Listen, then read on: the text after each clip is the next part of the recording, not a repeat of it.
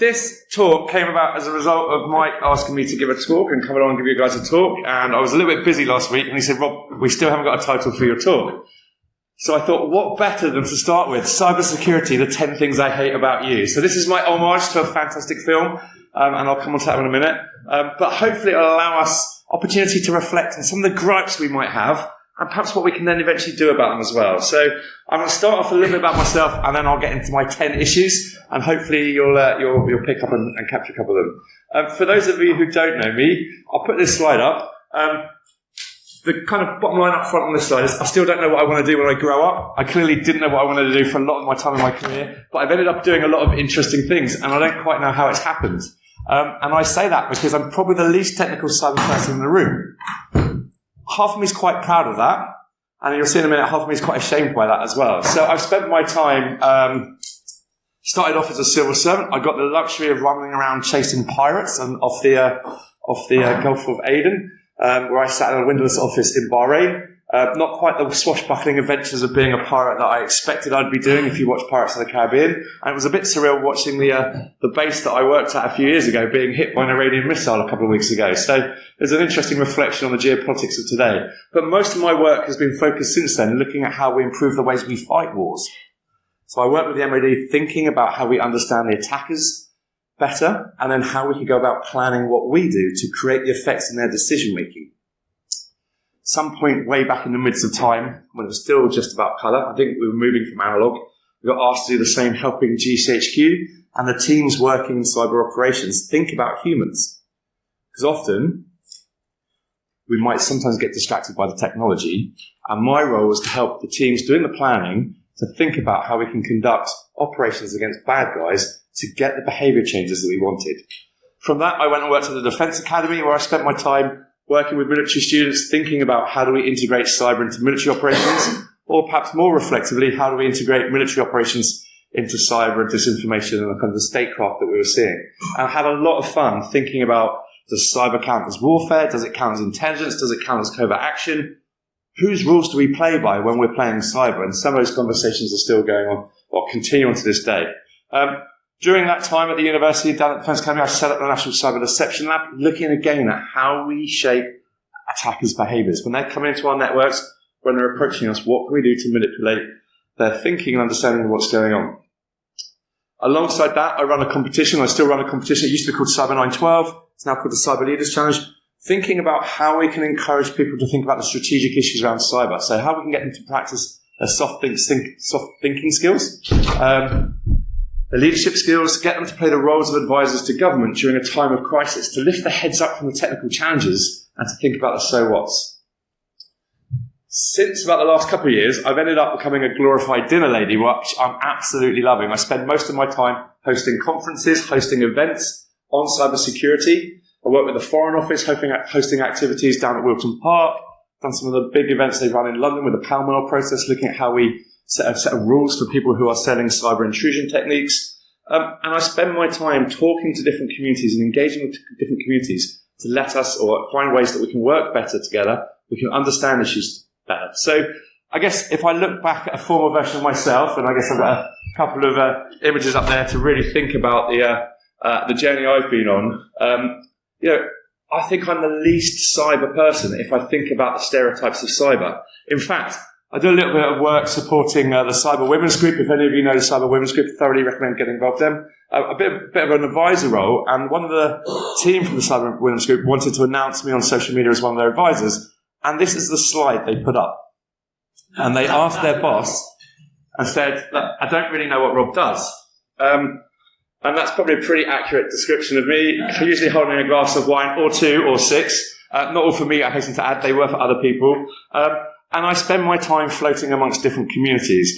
And at times it's quite worrying, it's quite unsettling, but at times it's really great. And I really love the opportunities to work with people and connecting with people. And I'm sure you're thinking, what on earth has this got to do with the 10 things I hate about cybersecurity, and who is this guy going on about it on stage?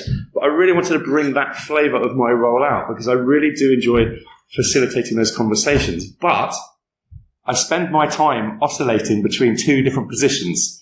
I oscillate between this slide, or this view, and this piece of art I've got up on the wall at home. I'm so scared of being found out, I've even forgotten what it is. I'm not sure what I've done. And that persistent imposter syndrome sits with me all the time. I'm not CIFS qualified. I haven't got my qualifications and accreditations in other places.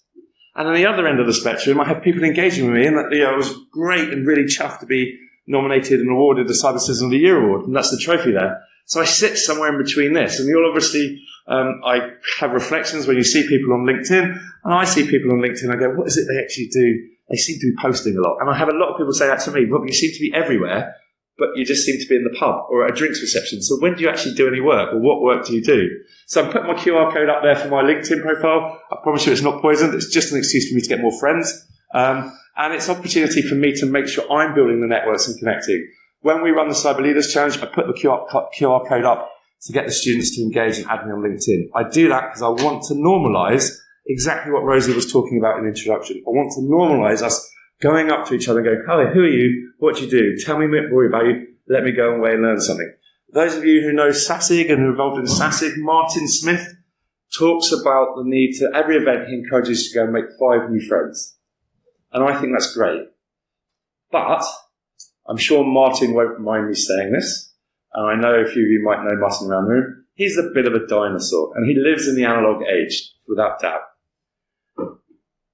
We're living in the age of instant communications. We're living in the age of, the ability to communicate across the globe in a flash. We're living in the age of always being connected. So I don't want to go away with 5 new friends. I want to go away with us all connected to everyone here today. I want us to make sure we've got friends potentially that we've not met, that we've got the opportunity to overlap with at the stands and the lightning talks and the thunder talks. Please use this opportunity to go and build that connection, because the power of our community is in our connections and our ability to support each other out. It's been great. I've had Michael get involved, and Mo get involved, and other people get involved, Jen, in different activities that I've been involved in, and in turn it's great to be able to come back and get involved and support their activities. So I hope that you'll take what Rosie suggested and you'll use that as a model to adopt throughout today and throughout future events, and really do try and build that network for yourself. It will come back and support you in spades you would not ever believe, and I'm ever so grateful for the community of people who've got behind me. So I kind of wanted to tee up this, I can understand a few of you going, well, what's this got to do with the things I hate about cybersecurity? But I do have a confession to make. And I'm rather ashamed to admit it, and I did admit it to Michael, really ashamed to admit it. So my confession is that I am a B-sides virgin. And that is quite a worrying sign. That's my alarm going off. I've heard so many good things about the B-side community, the community events, and how great they are. And I know they are populated all around the world, and there are so many of them going on. And it is so wrong of me not to be at B-sides before today, but I am actually genuinely delighted to be here at my first B-side. So please go gentle on me. Please take it easy with your questions. And if you're doing a talk, if you're doing a lightning talk, and I've got the option to do it, or a thunder talk, please remember that I'm the least technical person in the room without doubt. So please spell it out to me in nice, simple terms, because otherwise I won't understand. And I ask you that because I want to learn, I want to understand, and I want to develop my understanding. And that's what the quality and the value of these events are, in having the opportunity to pick up things and understanding or connect you with someone else as a result. So thank you for welcoming me to my first B-sides. Sorry it's taken me so long to get here. And I hope that this will be an opportunity for you to not pick on the virgin in the room as well. So I won't mention my age. So again, Mike asked me to come up with a topic, and I thought, what better way could I start with than thinking about the things that I'm going to reflect on in the course. And, a few memes will come up and so on. But I thought I'd start with what I've learned about business-to-business sales. No, sorry, a mere joke at what we see on LinkedIn, and I promise it's not going to be sales. Instead, I'm going to pick up on an epic, a brilliant film. Can I look around the room to see how many people have seen this film? Okay, so there will be audience participation. I will expect singing. And you'll probably remember it more than me as well. So here we go. So if anyone remembers a film, there's an opportunity to have a kind of pensive reflection on life and capture a couple of reflections about emotions, feelings, hatred and love, perhaps. So here goes. Here's my top 10 things I hate about cybersecurity. I hope some of them resonate. I hope you might challenge some of them. Feel free to laugh and giggle if you find any of them funny. So the first one, and I think the most obvious one for me, is language. And I'm not using this slide as just to get a cheap joke, but I do think there's some really interesting reflections on the language we use, the terms we use, and how that means we identify ourselves against others. Now, I think there are issues about how can we demasculise the phrases and the terms so that it's a more inclusive community, and I think there's some valid points here. But I also actually think there's another underlying concern about this, is that I think in the way that we've developed the hacker subculture and the stories that we have about being a great hacker or a great original cybersecurity person of the day, it was all a bit alternative. It was all a bit under the table, kind of doing things which were cool. And I totally understand that. But I do think sometimes this language can sideline ourselves a little bit. And whilst we talk excitedly about these terms and these topics, I really do think we don't necessarily do the best at providing a language that other people can engage and connect with us. And I do really think that's an important thing to reflect on as we're excitedly talking about some of these terms. I can't think of another profession that sometimes picks on these terms in such a colloquial and fun way while still trying to be very serious. So I'm arguing this not because I don't think we're being serious, but I do sometimes wonder if it undermines our arguments and our positioning ourselves as a serious entity with some of the conversations we had. It's a question.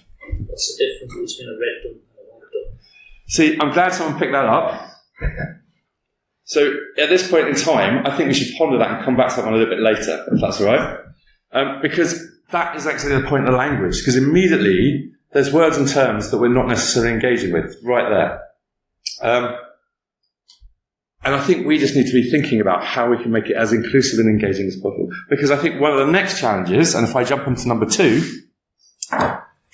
another cheap joke coming up, but is anyone of the age who remembers what this means? Just about. There's always one who admits it, 2 who admits it. So do use cyber used to be the standard phrase, isn't it? Before cyber was ubiquitous. Interestingly, I have used ChatGPTs or AI for some of these images, and I've deliberately not chosen to change the images they presented to me when I asked the model to do it. So the images that are presented have deliberately been unedited by me in terms of what I've asked them to show. And I can't remember the specific prompts, but they weren't that exciting, I promise you. But I think this is another term linked to language. I think we are great talking to each other, and I think we are great connecting to other cyber members of the community about cyber. But the biggest challenge for cybersecurity is moving it out of the IT guru mindset of other people.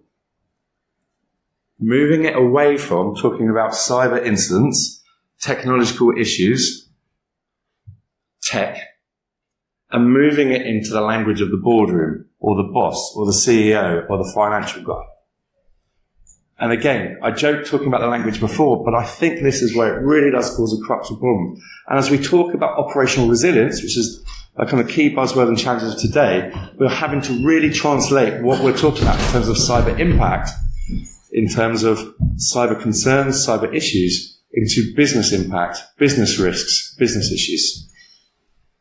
It's no longer possible for us to say in our cyber silos. The conversations I have with the CISOs, conversations I have with cybersecurity leaders, sound worryingly dull business talk, to be honest.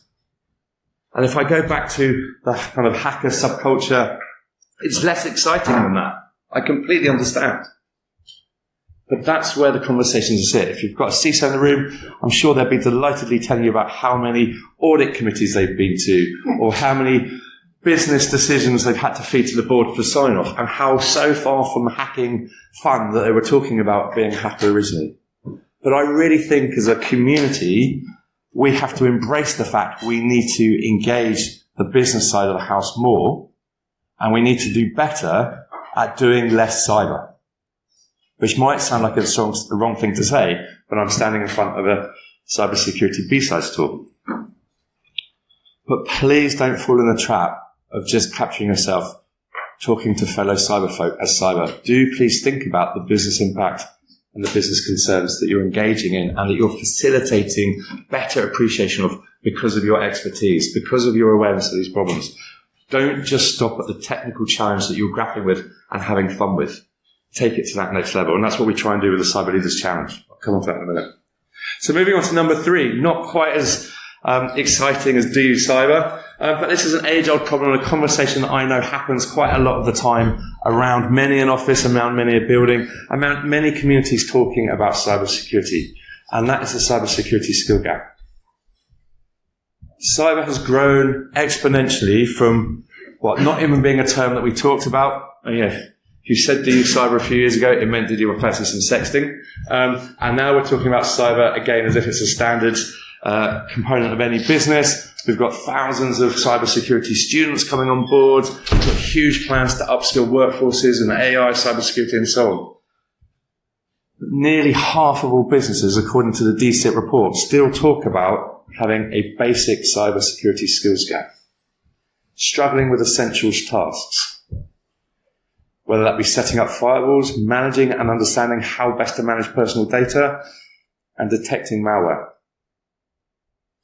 Charities in particular suffering with people who haven't got an awareness or a confidence to be aware of how to critically evaluate cybersecurity service providers.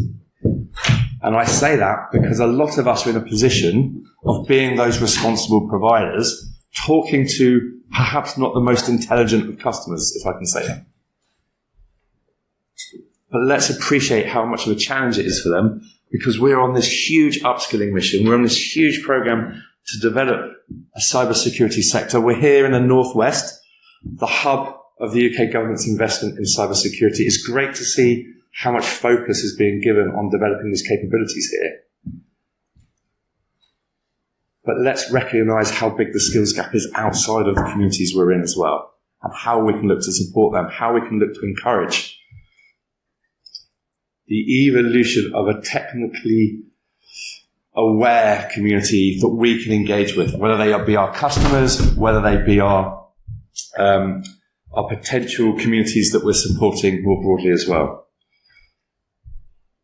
Interestingly, if I think about and capture the cybersecurity skills that they're talking about, the gaps, most significant gaps, not all of the gaps were in technical skills. A lot of the gaps were how do we do our audits properly. There were issues such as digital forensics and cryptography and so on, but a lot of the gaps sat outside of the technical specifics of cybersecurity that we refer to. So let's just remember those and reflect on those if we get a chance. Sorry, my slides have just disappeared on me. Hang on a second.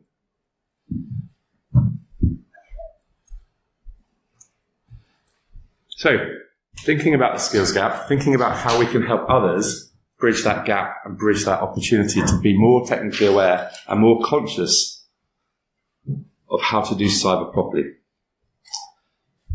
Come on, slides kicking on me now. Okay, moving on to my 4th one. And again, I think this is one that I've heard lots of students talk to me about this, ask me questions, ask me advice on this. So the 4th challenge I have with cybersecurity is our recruitment processes and our recruitment expectations.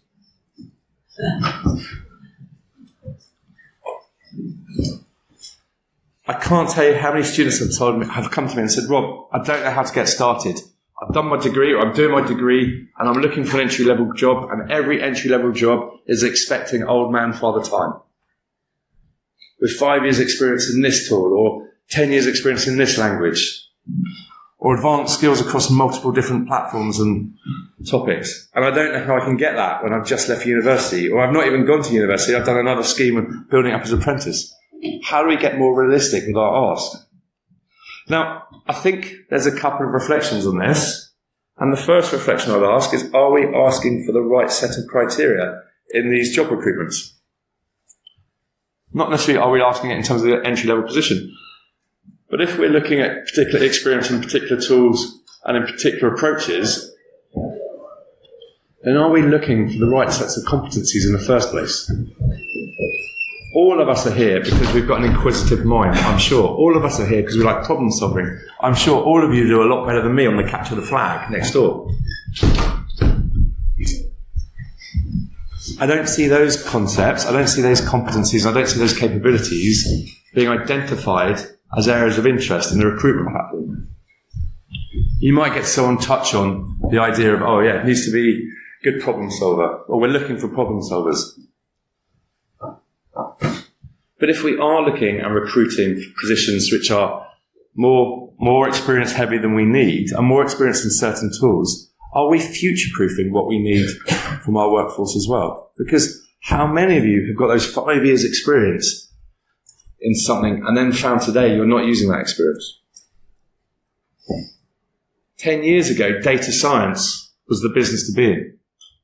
Now it's AI machine learning, and probably already past AI machine learning. It's agentic AI, quantum, God knows what. So is it good to have 10 years experience in data science now, or is it already too late? Sorry, I'm realizing I'm wandering around and the camera's having to keep up, sorry. Not very good at behaving, sorry everyone. So when we're thinking about what we need from our skills and what competencies we need from our workforce, particularly at that entry level, think about how we can communicate the competencies we're looking for. And if we are communicating it with regards to needing X years experience in certain tool Y, or X years experience in coding X, then ask yourselves, are we really looking at developing the person we need of the future, or are we just reflecting on what we think we needed for today based on what we needed yesterday?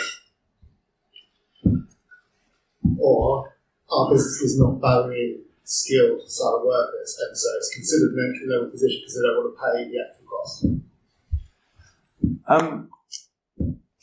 Is that a cynical view? I don't know. I mean, it's one I've come Yeah. speaking to companies, they're like, we need cyber, but we don't want to pay. Okay. And I guess I'm always impressed by how much money is spent on some of the cyber workforce. So I guess I've seen people invest, and I guess there is a balance of some companies pushing alternative directions. I certainly think probably for the small and medium-sized businesses, the ability to find funding for cybersecurity professionals when you weren't expecting to have a cybersecurity workforce is perhaps the bigger challenge, rather than necessarily trying to get away with more for free. I think is probably perhaps that's the reflection. So. But I do think this leads to one of my other reflections and concerns, which is my next point, if my slides work. Perhaps slightly contentious. I think in the cybersecurity community, there is an existing assumption that tools trump thinking. And I think we get excited by tools way too much. And I would say that because I'm not a techie. So you can hold my hands up, and you can say, of course that's the case. But I think if we dig into this a little bit more, everyone will tell me that they've heard the phrase, it's about people, processes, and technology. Anyone not heard that phrase? Okay, that's good. So a lot of people will reflect on, it's about the triumvirate of these three concepts: people, your processes, and your technology. And I think we're paying lip service to the people and the processes most of the time. Don't get me wrong, I think with governance and GRC, we're seeing much more drive for processes, and we're talking about the cybersecurity workforce and skills. But I think when we get deep down focusing on some of the cybersecurity challenges we face, we get excited by the technological challenge, as we should be, and we get excited by the technological solution way too much. So my challenge to you is, how do we bring the people and how do we bring the process back into this as much as we can? So think about this when you're listening to the talks. Think about where we've got the balance, and if we've got the balance right. I'll use this as an opportunity to plug the Cyber Leaders Challenge. So university student competition, doesn't matter which university, you just have to be registered at university, where we talk about and encourage students to develop those leadership skills that I believe, and my team believe, that are absolutely critical for cybersecurity leaders of the future. We get them to play the roles of advisors to government during an escalating cyber crisis. And I've taken some work done by the MOD, thinking about the future operating environment and what it looks like. And then I've mapped and looked at what kind of skills are needed for that. And, again, piece of work for the MOD, but how much of this reads across the environment we're operating in when it comes to cybersecurity? So future cyber leaders, and I think you could replace cyber leaders by business leaders or national security leaders. But future cyber leaders, I would argue, need to be this: open-minded and adaptable, be comfortable operating in a complex and wicked environment, where it's difficult to determine the linear cause and the causal relationships between some of your actions and your inputs and the outputs. Not only do they need to be able to respond to uncertainty and instability, but they need to be comfortable operating when they don't have all the information and need to make an action when they can't just do nothing, or they need to be conscious when doing nothing is the right thing to do. Dealing with a diverse range of threats. They need to be strong communicators, able to convey complex information, quantify and qualifying risk in a clear and easy to digest ways to non-technical audiences, to lay people who need to understand why the stuff you're doing is important and hard and technically challenging, but need to understand the impact of it happening if you don't do it. They need to be open to new solutions to solve problems. They don't just need to be monkey see, monkey do. They don't just need to have 10 years experience in this one particular platform or this one particular tool, because every problem they see then becomes a way of using that tool. So we need to move them away from rule-based decision-making and get them to bring different mental models, different sets of tools to the problems they're facing, and hopefully they'll come up with a good enough solution to take things forward. Because we're in the age of complexity when there's never a perfect solution, or very rarely a perfect solution. They need to be critical thinkers. They need to be able to work well with others. They need to move beyond just the sitting in the corner playing by yourself, being the expert that everyone refers to at the end. Effective team players. So I think all of these skills, all of these criterias for operating in today's unstable, complex environment are equally as applicable to operating in a cybersecurity domain, in a cybersecurity role. And I think that's why we have to think about the people and the processes rather than just think about having fun with the technology. But I would say that, wouldn't I? Because I'm not technical, so that's my defense. So let's take it one step forward.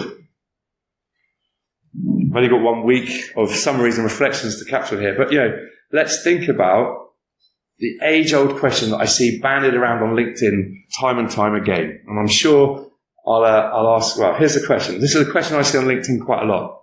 Does a CISO have to be technical? Does anyone want to offer opinion on CISO being a technical? Hands up if you think they should be technical. Or is that question, hands up? It's technical enough. Technically enough, okay. There's a question? Yeah, balance. Balance? Okay, cool. What sort of organisation is it? Yep, all good questions. They have to be credible. Credible? We should use technical as a shortcut to credibility. And I think you have to be credible to different audiences as well. You have to be credible to the techies, and you have to be credible to other communities as well. Absolutely agree. What do we even mean by technical? Yeah. Because technical is a very broad term. It could be great at spreadsheets, or it could be a programmer, or it could just be someone who knows the books. Okay, so next time you see this argument on LinkedIn, these are the comments I want you to post on LinkedIn when you see it, okay? Because it really pisses me off. And it really pisses me off because I don't want to be a CISO. My job involves making sure CISOs have a good evening. My job is to make sure I top up their glasses of wine, and I hear about their problems. I hear about the challenges they face, and I go, there, let me serve you some more wine. And I really respect them, and I say this because I am glad I'm not a CISO, because it sounds like a horrible job. It sounds like you get a beating from everyone, you ask loads of people for money to fix the problems you know need fixing, and then the companies don't give you the money, you try and fix it as best you can, you then get hammered by a cybersecurity incident, and it's your fault. So I think we need to step up and stand up and have this argument with people in front, because my first question is technical in what? And I think that came up in that area. Because I think if you start asking what the CISO is technical in, you start asking those really important questions. What organisation are you in? What are you focusing on? Is it credible? Are you being credible to hear? I was talking to a chief information officer Monday. He was talking about the challenge he has. The pace or the speed with which technology is changing means that his advice is outdated almost instantly. So he is going to his board, he's going to his CEO of a big company and saying, I think we should do X. He went there last year and said, look, AI is coming. We better do something about AI. Let's run a couple of pilots, see what's going on, and then this year we'll have a plan. He went to the board this year and pretty much said, so yes, AI's arrived, it's happening quick. The pilots we did last year, not enough. We need to do more. We need to revamp our entire workforce. We need to shift the business and focus in this area and use AI in these ways. 180-degree turn from where he was giving that advice last year. How is he going to look credible? Because the advice he gave last year to a board or a CEO was, we need to do X, Y, and Z. And now he's saying, no, we need to do something completely different. Or he goes and talks to his technical teams, who are the experts, and he understands that. And he goes to talk to them, and he goes, yeah, you know what? You're right. I need to take that advice on board. I'm going to be, a proactive listener. I'm going to change my approach, and I'm going to change the advice I give. How do I stay convincing if I'm in that position? And the speed with which that's happening is at a rate we've not seen before, quite literally. So I think we need to think about these challenges and what they might mean. Because also then, if we drill into the next question of technical in what, I really like this next graphic. And this was on LinkedIn, I think, last year.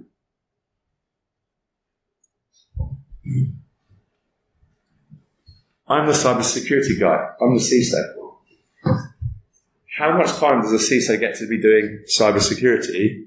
Because most of the time, they're managing third-party risk, thinking about fourth-party risk, thinking about AI guardrails, thinking about governance, risk and compliance. Thinking about shadow IT, not even his own bloody IT systems. He's thinking about everyone else's IT systems they're using. I'm deliberately choosing the language that fit the slides as well. An interesting reflection from Microsoft about the role of the CISO just last year. I think it was October last year. It's just not humanly possible. So Igor is distributing the responsibilities in a way that will let us scale and still have the big governance and accountability covering the whole company. You can think of the deputy CISOs as the CISO for the domains assigned to them. The office of the CISO is becoming more and more prevalent in communities and big organizations, as we see.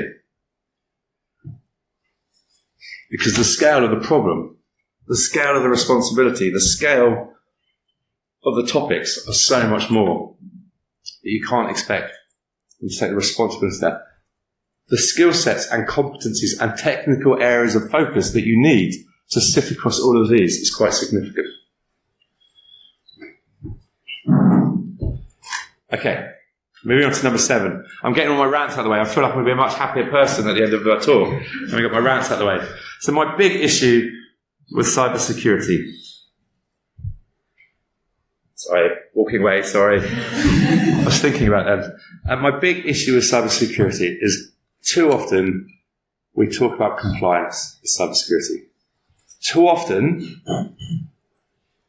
the organisations that we're operating in support of or we're working in are driven by a compliance agenda, a hard compliance agenda, but sometimes we lose track of the need to secure and defend. And I'll point the finger slightly at the regulation and the regulatory processes here, because I think sometimes we create a monster with fragmented regulations across different jurisdictions that we expect organisations operating in different areas to really try and keep up with. But I think the other area that there's a challenge with compliance is because we don't see this as an attritional, combative, competitive space in which we have people attacking us, we have people wanting us to do harm, and we have a mission to defend. And cybersecurity, when you focus on the technology, means you can focus on the easy in terms of complex and wicked, not necessarily easy in terms of things to do, the easy problems of just getting the tick box done to prove that you've done enough in time of a crisis or an incident.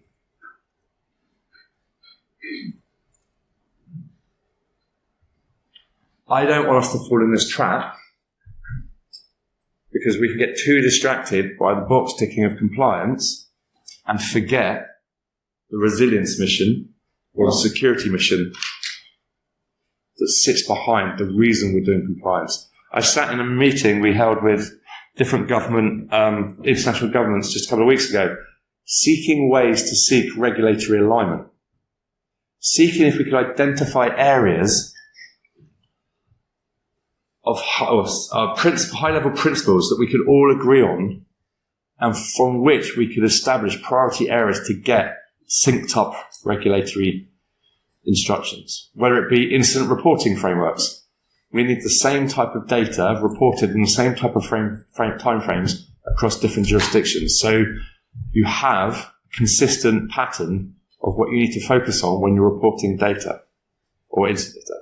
And I'll remember an analogy because I think we can sometimes get distracted by the act of box ticking, and that sometimes the regulators and those setting legislation can get a little bit lost in the reality of what they're dealing with rather than getting caught up in the legislative hurdles. So I told you I was chasing pirates. Now, that was a little bit of an overstatement. I was a keyboard warrior on Excel putting in data about where warships were going to be in the Gulf of Aden so we could position them so that when the pirates started attacking the merchant vessels, we could be in the best place to respond. That was pretty much my job. It's a bit dull, but it sounds a lot better to say you're a pirate hunter. Works brilliantly on Tinder. Haven't checked on Grindr, but I'm sure it does the same kind of job there as well. So, data and evidence was important for us. We had a very small window of time between pirates attacking and ships being pirated. Hijacked is a different term, so I can't say hijacked. So it was a very short window, and we needed to understand how long a window we had as a navy to get our helicopters off the boats, fly across the sea into the area the pirates were attacking the ships, and intervene, whether that be shooting the pirates or flying by sufficiently enough that the pirates would get scared off from boarding the ships. Because if they got on board the ships, we wouldn't then go and attack them on the ships, Captain Phillips style. So that was our window, the golden hour we called it. We had to intervene. But we needed to get data on how long that golden hour was, because if it was 2 hours, great. If it was 15 minutes, shit, that was quite hard. So we put a checklist together, my compliance checklist. We passed it out to UK MTO, based in Dubai, who liaised with all the maritime traffic going through the area, and they pushed it out to all of their ship's captains who are floating through or passing through the Gulf. It was quite easy. What we wanted them to do was fill out this checklist when they were getting attacked.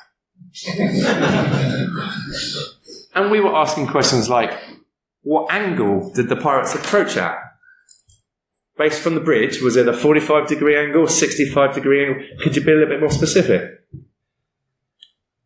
Could you tell us which kind of guns they were shooting you with? Can you let us know how many RPGs you had available as well? Or how many RPGs they were firing at you?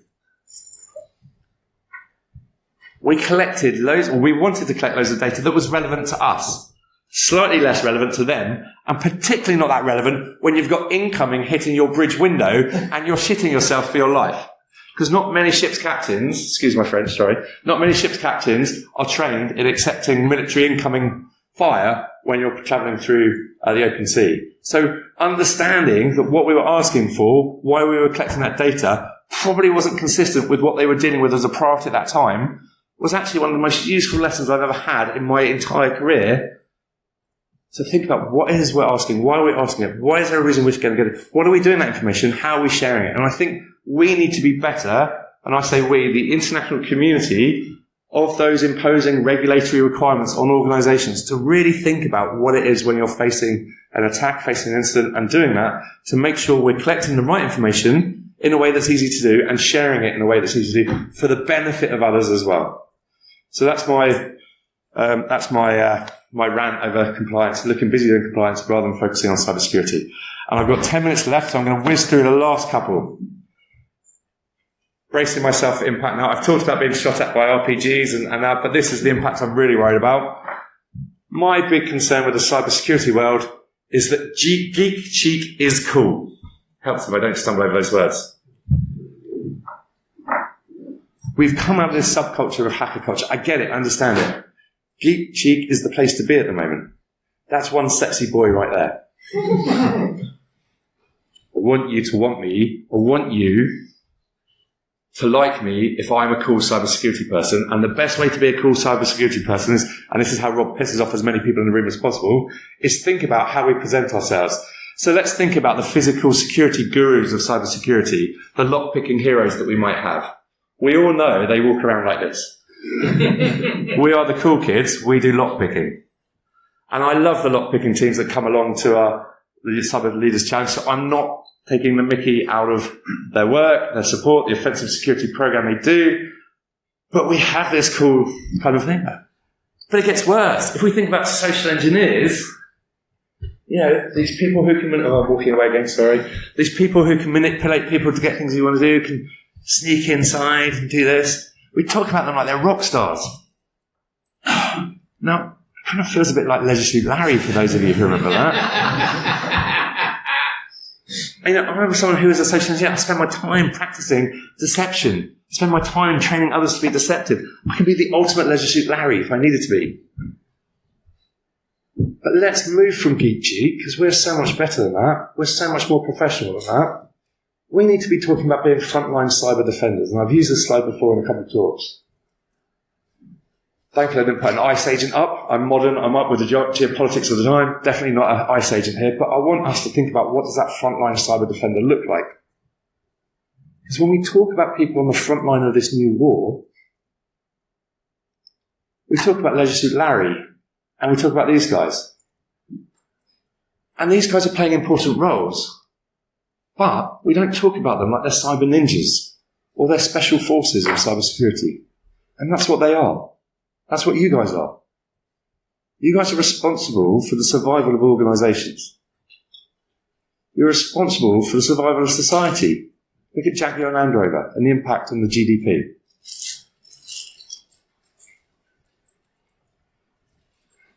Linked to that is that if we call ourselves Leisure Suit Larrys and we call ourselves the kind of trendy guys like that, we've got a massive burnout problem. We've got a burnout catch-up because we're always on. And not only are we always on, we can't afford to happen on our watch. There's some ridiculous stats about, I think 93%, I'm going to flip it, 91% of CISOs report medium to high levels of stress, thinking about quitting. I've spoken to CISOs and senior cybersecurity leaders of large organisations who have been compromised, and it's fundamentally changed them. Fundamentally changed who they are, fundamentally shaped how they want to proceed through the world because of the stress their teams have gone through and the stress they've gone through. We have a severe crisis in cybersecurity staffing with employee burnout, and we don't see ourselves as operating on the front line. What are the principles we can bring in through paramedics working on the front line, military, police working on the front line?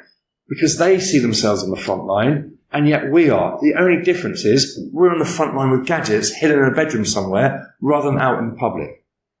But that doesn't make any difference to the front line in today's age. We need to up our game. We need to treat ourselves as the professionals that we are. It all comes back to that language. My last point, number 10, for those of you who are counting. Humans are the weakest link. Anyone heard that phrase? 5 minutes. Cool. Anyone heard that phrase? Cool. Anyone agree with that phrase? No. Okay, right. 95% of security breaches are the result of human error. Can't remember where I got that from. I promise it wasn't Wikipedia. Or Grok. So this does mean your employees could be the most vulnerable people, the most vulnerable link in a chain. I completely agree with your argument. I'm speaking here as someone who's worked with the human sciences community. Speaking here as someone who spent my time exploiting other people's vulnerabilities to attack them.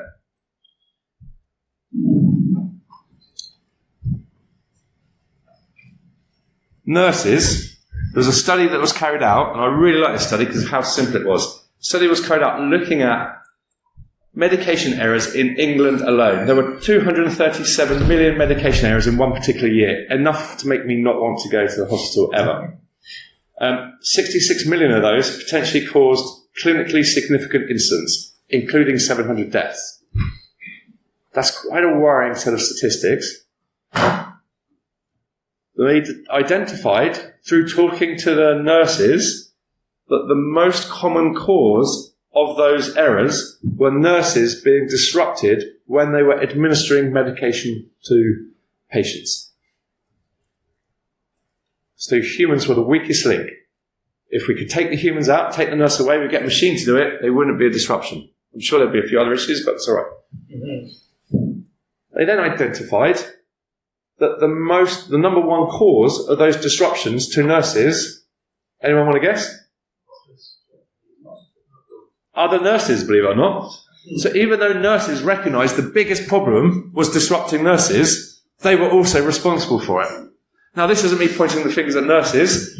I've already caused enough offence to most people in the room already by calling out different things. But the solution was simple. The solution was giving the nurses a red tabard so they could wear it, saying, sorry, I'm a little bit busy at the moment, please don't disturb me. The medication errors dropped, the deaths dropped to 0. So my argument is, if you believe humans are the weakest link, then you architect and design things thinking about technology first. And you don't see things as the world we're operating in, is that most of the things we're talking about are complex, adaptive, social technical systems, which include humans. So if you're not designing systems that are able to anticipate and deal with the complexities, the fallibilities, and so on of humans, then your system's not right. It's not that humans are the weakest link. And that's what we need to be better at. We need to be better at understanding that. And I'll give you this, just to piss off the timekeepers in the room. Number 10B. If we actually mean it, which I could understand that being an argument, if we actually mean it, then stand by what you mean, speak about it like you mean it, and go after the bad guys like it. Because it isn't the same true for our threat actors, because they're human beings, and yet what do we do for cybersecurity? We defend and think about technology, and we talk about them in a way that doesn't make them humans. We don't see our threat actors as Russian special forces or FBI's most wanted intelligence actors. When it comes to our threat actors, they're tier 1 national security threats, they're hostile nations threat groups, they're organised criminal groups, they're elite intelligence actors, they are the best of the best. Sometimes they're script kiddies in the bedrooms, and they're still good. And yet we refer to them as people wearing anonymous masks. We give them an animal name, fancy bear, fuzzy bear, pink koala, you name it. I've been to a zoo on iClever. We dehumanise the bloody things that are going after us. No other profession does that. We talk about them at best as a faceless, hoodie-wearing hacker. How many of you are wearing hoodies around the room today? Yeah? It's difficult in that picture to tell us whether you're a good guy or a bad guy. Yet, if we complain that humans are the weakest link, if we highlight that they are the weakest link, they're responsible for 95% of the errors, I would argue we're designing our systems wrong, but I would accept that argument if we then did something about it to the bad guys. Because if every threat actor definition is capability by intent over opportunity, we spend our time in cybersecurity reducing down the opportunities. We talk about them in terms of their capabilities, their TTPs, or we tick the MITRE attack box, because that's cool. But we don't talk about them in terms of their intent. And those actors are human beings, which mean they're like me, they're like you, and they're like everyone else in this room. They are doubting, they are trusting, they're biased, they are fallible. They are sense-making and decision-making machines. They are complex and adaptive social technological systems with the devices they're using, otherwise known as humans. That's what we're trying to explore in the Global Institute of Cyber Deception, how we can work on doing this, how we can do things with them. If you have 2 teams of pen testers attacking the same target and you told one team of them that deception is being deployed on that target, the different teams approach the same target differently. The ones who haven't been told anything go after it, attack it, get straight through, get to the prize. The ones who've been told there's deception take their time. They question the vulnerabilities they discover. That vulnerability is too obvious. Of course that's that. That's the deception. They're messing around with their heads. We're getting them to think about how they can do things differently because we're exploiting their fallibility as a human. We could dress up our networks to look like they're already compromised by our other attackers, to make them nervous about treading on our networks. we could make them shit themselves by making them realise that we know who they are. And that if they're not careful, we're going to come after them. Or we're going to make them believe we're coming after them, putting all the legalities to one side. So there's so much more we can do if we believe humans are the weakest link, then we can go after them. But I think we need to think about humans as being part of a broader system that we need to defend more effectively, and we don't need to design systems that accept human fallibility. So when you come to see issues like this, make sure you drill into what are the questions with regards to the attackers that you really want to focus on. What are the questions that we really need to drill into? And I'll leave you with a couple of reflections to come back to the film. It doesn't have to be like this. None of us hate cyber. In fact, we all love being this. And we all care enough to fix this. So what are you going to do to do the change, to be the change that fixes some of these problems that we're talking about? How can you put people and processes alongside technology? Because never forget, cyber is about the people. Sounds cheesy, but cyber is about all of you here, me, you, and everyone else. It's about putting people first. It's about finding your tribe, finding those weirdos that you correlate with and you connect to. And when you find them, and when they tolerate you, cherish them. I'm really proud to be part of my cyber weirdos. SASIG, I4, RAM, Wilton Park, Cyber Awards, Cyber Leaders Challenge. I hope I can be part of the B-side weirdos too. Think about why you're in cyber. Think about what motivates you. Think about what drives you. Think about how you want to help others. Look for and find your cyber ikigai. Definitely recommend you go and explore the concept of ikigai. Most of us are lucky enough to be close to that already. See where you sit on this scale, on this reflection. Find purpose, find direction to focus your passion. Have the meaning that means it's great that the paycheck drops in at the end of the month, but you don't really care. Move away from, and I'm sorry, I'm literally on the last I just need to borrow Ellie Paul. Oh, cool. Is Ellie in here? Yeah.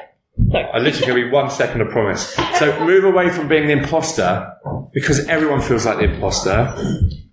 Build connections to make sure that you've got the support of the community. Highlight those unique foibles about you that make you special, because knowing all gets you nowhere. You really need to stand out from the crowd, but have that crowd support you. So if I think about cybersecurity, actually, I hate the way I don't hate you. All the things I moan about are things I care about. All the things I want to fix are because I know we can fix them. And to end it on a cheesy line, perhaps that's why I love you. And if you take that approach, what if it turns out so much better than you could have ever imagined as a result? And I think we've got a real opportunity here as a community to bond, to build, to develop, and to encourage. So apologies for waffling on, but that is definitely the end of my slides. So thanks very much, everyone.